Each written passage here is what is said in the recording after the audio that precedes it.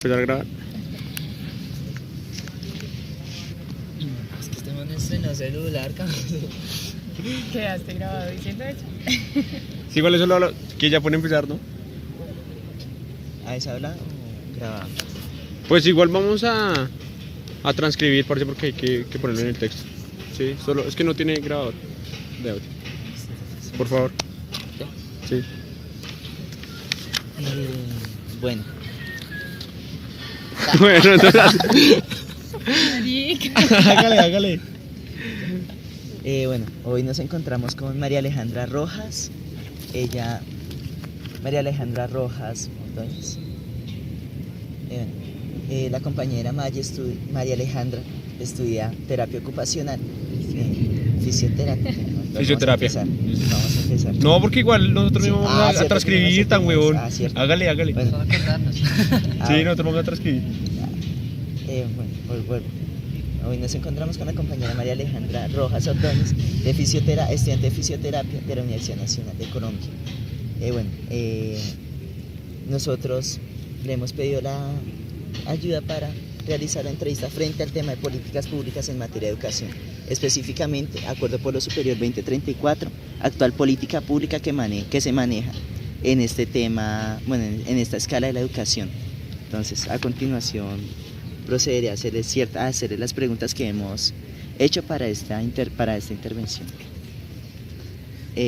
La primera pregunta sería: ¿cuál es tu concepción frente a la Ley 30 de 1992? Bueno, pues creo que la Ley 30 de 1992 es el primer paso posterior a la Constitución Política de 1991 para ingresar con más fuerza en el mercado de la educación superior. De alguna u otra manera, la Ley 30 traza los primeros elementos estructurantes de un modelo neoliberal de educación superior sustentado, por ejemplo, ya se empiezan a ver, por ejemplo, algunos elementos del crédito educativo con más fuerza, con la creación del ICETEX, se empiezan a ver una serie de cosas que hoy son mucho más profundas, pero que la Ley 30 sirvió para empezar a establecer unas bases fundamentales. Define algunos criterios frente al tema de la restricción de la autonomía universitaria a partir de la restricción del gobierno universitario, evidentemente. Define también una serie de políticas en materia de calidad que pues empiezan a trazar nuevamente una serie de elementos generales de lo que hoy se ha venido tratando de profundizar año tras año con diferentes medidas. Ya pues a futuro hablaremos un poco más de eso, pero sí, en términos generales mi concepción de la Ley 30 es eso: la etapa inicial de una gran reforma a la educación superior en el sentido de consolidarla como un escenario más para abrir el mercado en términos educativos.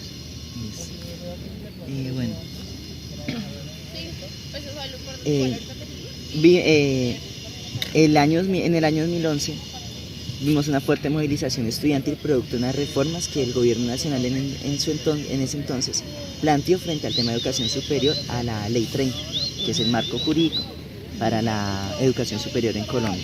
Entonces, frente a ese tema, quisiéramos hacerte la segunda pregunta, y es: ¿qué opinas de la reforma a la ley, ¿qué opinas de las reformas a la Ley 30 propuestas por el gobierno nacional?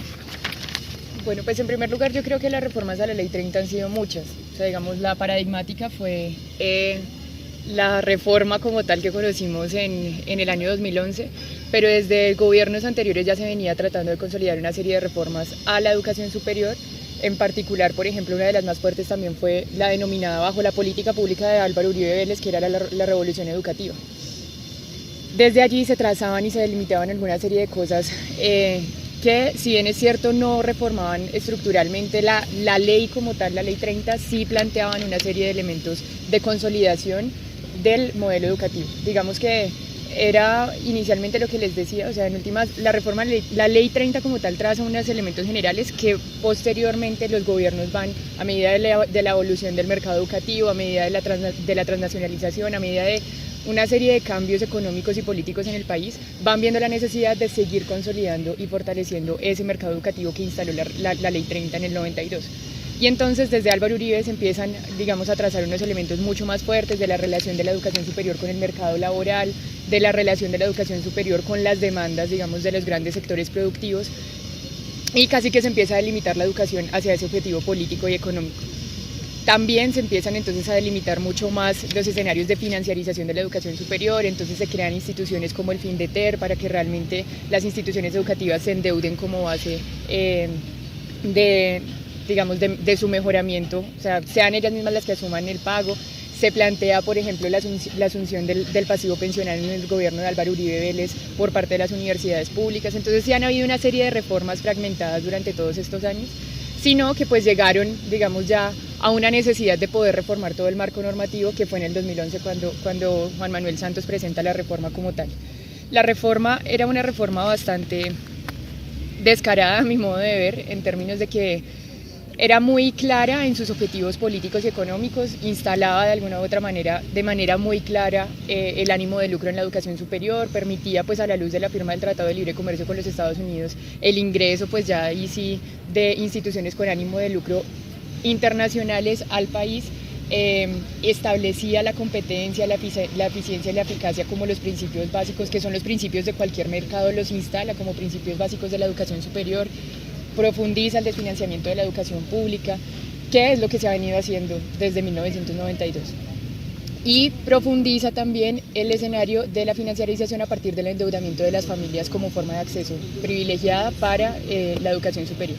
Eso, digamos, es como lo que se plantea en el marco de la reforma de la Ley 30. ¿Qué pasa? Que evidentemente fue una reforma tan clara que para todos era muy sencillo entenderla, entender cuáles eran los objetivos del gobierno nacional bajo ese texto normativo, que permitió que se desataran unas fuertes dinámicas de movilización. Los estudiantes nos dimos a la tarea de en cada asamblea, en cada semestre, difundir qué implicaba la reforma de la Ley 30, que la gente misma se la leyera, y pues como digo, como era tan clara, solamente con leerla uno perfectamente comprendía cuáles eran las intenciones.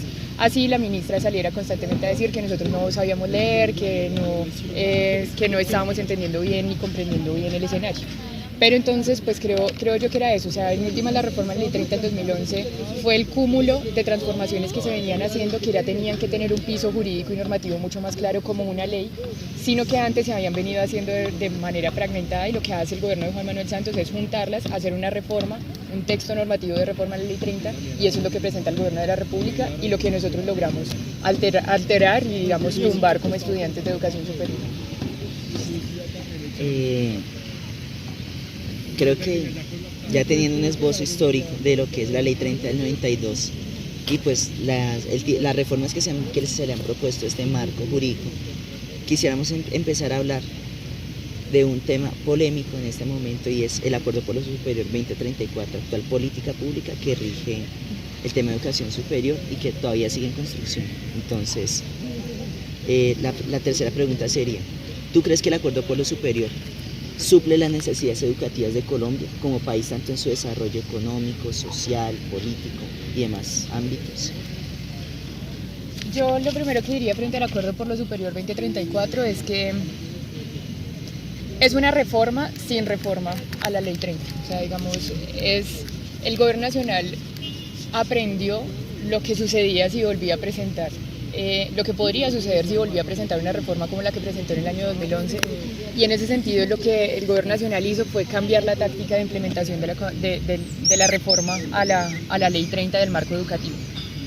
¿Cómo lo hace? A través de una política pública que de alguna u otra manera es todo y es nada a la vez. Entonces la política pública, como ustedes saben, es una serie de lineamientos que se aplican a todos los niveles administrativos, es decir, no necesariamente son solo leyes. Hay leyes, hay documentos COMPES, hay implementaciones específicas en cada una de las instituciones de educación superior, hay implementaciones específicas que salen en los entes territoriales. Entonces es una forma de consolidar el modelo educativo de manera muy dispersa, que para el movimiento estudiantil en particular es muy difícil de atacar. Y es muy difícil de atacar porque no hay un enemigo concreto frente al cual unificar a todo el mundo. Entonces, ¿qué hemos visto después de que se aprueba, de que se lanza el Acuerdo por lo Superior como política pública educativa? Que el Gobierno Nacional ha venido implementando una serie de normativas, de resoluciones, de decretos, de leyes fragmentadas, por ejemplo, la Ley de Inspección y Vigilancia, por ejemplo, lo que ha venido haciendo con Colciencias, por ejemplo, lo que ha venido haciendo de reformas académico-administrativas en cada una de las universidades, y todo eso es la implementación del Acuerdo por lo Superior 2034. Entonces, el primer objetivo del Gobierno Nacional con el Acuerdo por lo Superior 2034 es mantener su idea de reforma a la Ley 30, pero sin políticamente cometer el mismo error que cometió en el año 2011. Primer elemento, y con ello pues fragmentar al movimiento estudiantil y a toda la sociedad colombiana que quisiera movilizarse, digamos, para defender el derecho a la educación. El segundo elemento es que en esa misma vía, cuando nosotros partimos de decir que la reforma de la Ley 30 era completamente nefasta en materia educativa porque no satisfacía las necesidades de la sociedad colombiana, porque además privatizaba la educación, la mercantilizaba, pues el Acuerdo por lo Superior es una versión evolucionada de la reforma de la Ley 30. O sea, hay algo que hay que reconocer y es que el gobierno cualificó muy bien su discurso. Lo que hizo fue retomar algunos elementos de las reivindicaciones históricas del movimiento estudiantil. Entonces el movimiento estudiantil habla de regionalización, habla de bienestar educativo, habla de calidad bajo pertinencia social, habla de una serie de cosas, habla por ejemplo de la educación como derecho, habla de la financiación pública a la educación. Entonces el gobierno nacional coge de manera superficial todas esas banderas generales del movimiento estudiantil y las inserta en un discurso muy confuso en el Acuerdo por lo Superior 2034.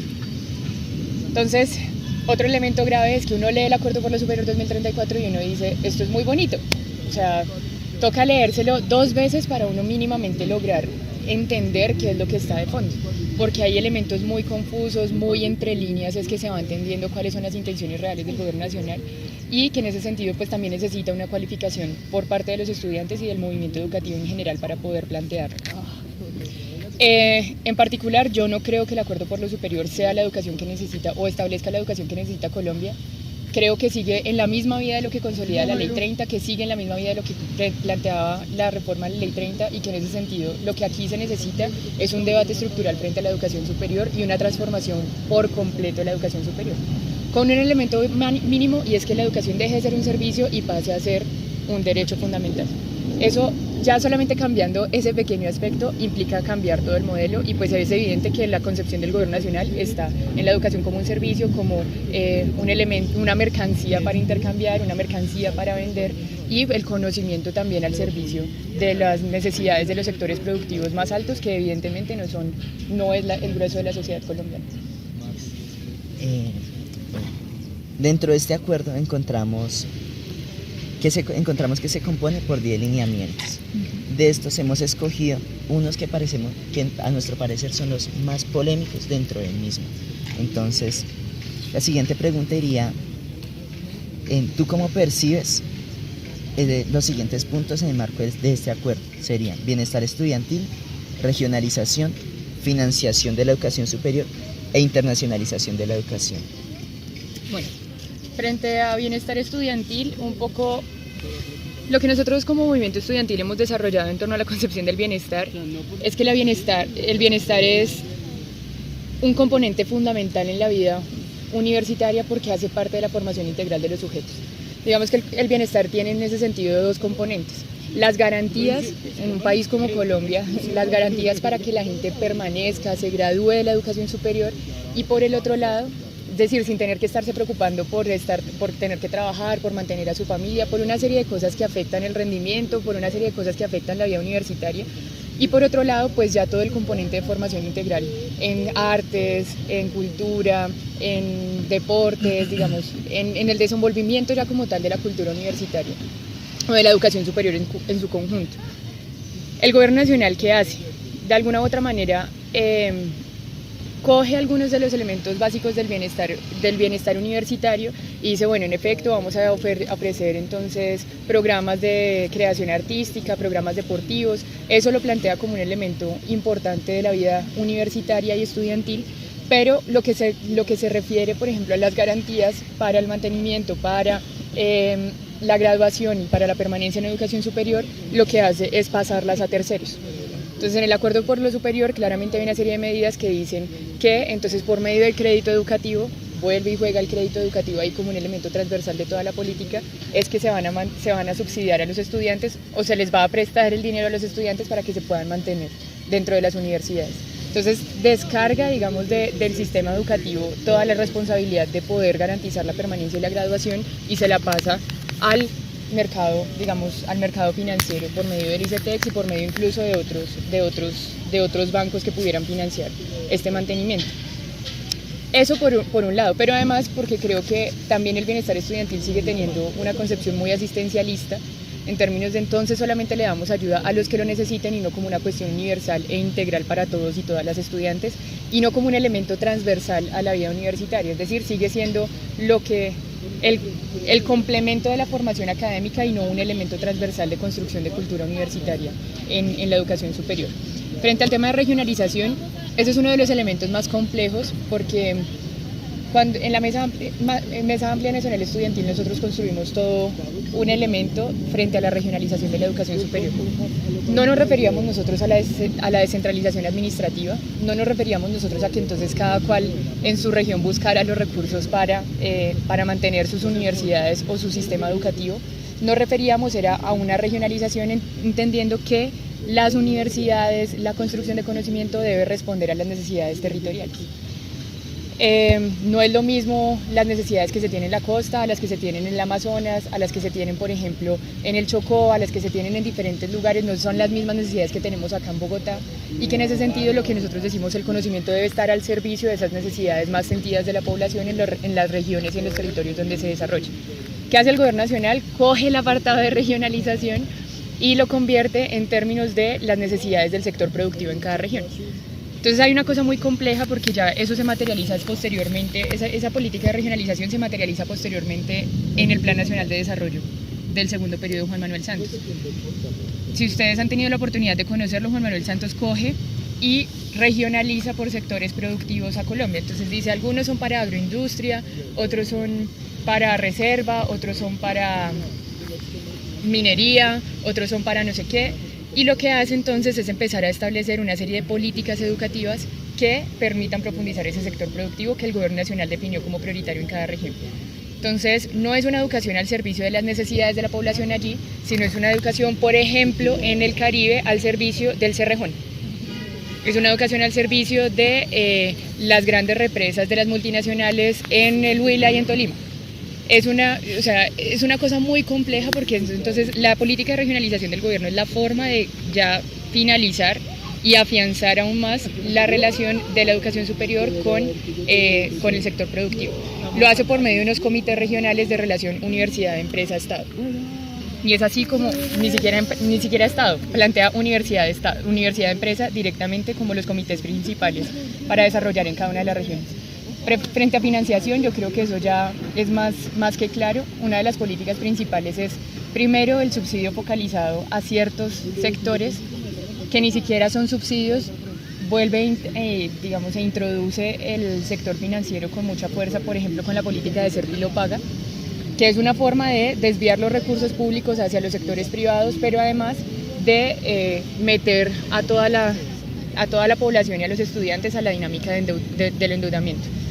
El Acuerdo por lo Superior en materia de financiación traza, digámoslo así, 3 elementos principales. Primero, profundizar el endeudamiento de las instituciones de educación superior, entonces sigue fortaleciendo el FINDETER y el FODECEP como las instituciones que tienen que financiar, por ejemplo, si la Universidad Nacional de Colombia tiene necesidades de infraestructura, entonces lo que hace es endeudar a la Universidad Nacional de Colombia con el FINDETER, como ya pasó, como ya el cupo de endeudamiento queda aprobado por 200.000 millones de pesos con el FINDETER, la endeuda para que sea la misma universidad que con sus recursos propios pague esa deuda por mejorar su infraestructura, cuando eso debería ser una responsabilidad del Estado. Y eso lo hace incluso para universidades privadas también, que les permite endeudarse con el FINDETER para mejorar sus recursos y sus necesidades. El segundo elemento es entonces el endeudamiento de las familias colombianas. A 2034 lo que se plantea la meta del Acuerdo por lo Superior es que casi que el 80% de los estudiantes matriculados estén con el ICETEX. Es decir, del 100% de los estudiantes que estén matriculados en ese momento, 80% van a estar en la educación superior es por medio de créditos del ICETEX. Y esa es la meta principal de financiamiento del sector educativo. Nuevamente ahí lo que uno puede interpretar es que le van a seguir descargando recursos a las universidades para que por medio del crédito educativo le entren los recursos por cobro de matrículas. Y el tercer elemento es que entonces empieza, o sea, el gobierno nacional en el acuerdo por lo superior no reconoce el déficit histórico acumulado de las universidades públicas, que ya hoy asciende a 16 billones de pesos. 16 billones de pesos que no se contemplan en ninguno de los apartados del acuerdo por lo superior y que por ende el gobierno nacional lo que dice, o sea, ni siquiera lo contempla, no plantea un método de pago, no plantea nada, pero lo que dice es que la única forma de inyectarle nuevos recursos a las universidades es por medio de indicadores de gestión. Entonces, si la universidad se acredita con alta calidad, entonces ahí le vamos a dar un recurso. Si la universidad contrata tantos docentes, le vamos a dar un recurso que no digamos que no es correspondiente a los costos reales, pero que además, insisto, no sigue reconociendo todo ese costo acumulado que hay allí que no quiere pagar. Y frente a internacionalización de la educación superior, yo creo que la política es estandarizar fundamentalmente todos los contenidos de los programas curriculares. Cuando uno entiende la educación como mercancía, se refiere a que incluso se puede intercambiar fácilmente, o sea, no solamente por dinero, sino que se intercambian los contenidos y los conocimientos entre instituciones educativas. La forma en la que yo veo la internacionalización de la educación superior es estandarizar acorde a las demandas del mercado laboral mundial, a la división